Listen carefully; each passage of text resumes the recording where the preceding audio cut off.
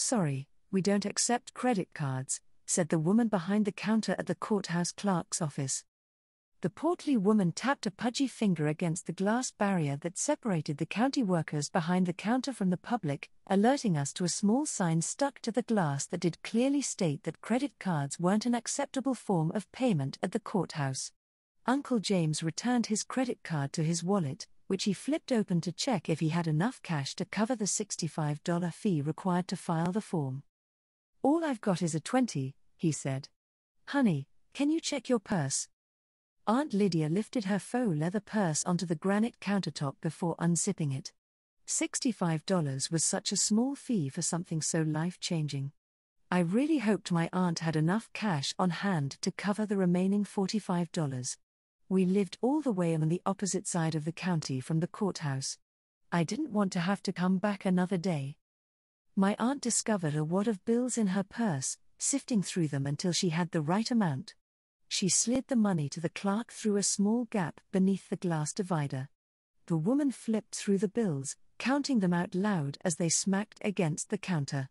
20, 40, 50, 60, 65. With the bills inserted into a cash register, I watched through the fingerprint-smeared glass as the clerk went to the back of the room, where grey, metal cabinet files lined the walls.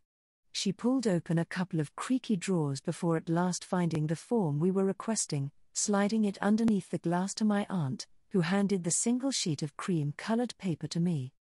"A little young to be doing that," the woman muttered to no one in particular. I ignored the remark. What does she know, anyways?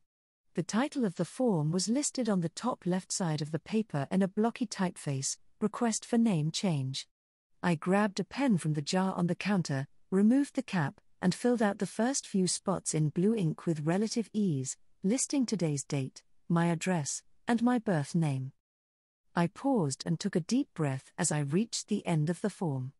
My fingertips were beginning to get sweaty. Why am I so nervous? This is what I wanted, after all. A clean break. Severing the one remaining public tie I had to mother. I had thought carefully about what I wanted to change my name to. I wanted something shorter and simple, without any obvious negative associations. Annabelle was too long. Too formal. I also didn't want to use a nickname. I'd made a list and settled on my choice several weeks ago. I had wanted to go to the courthouse right away, but Aunt Lydia insisted that I wait to make sure I wasn't having any second thoughts about my choice. I held the pen above the section where it asked me to fill in my new first name. I wrote 4 letters in a neat, printed script.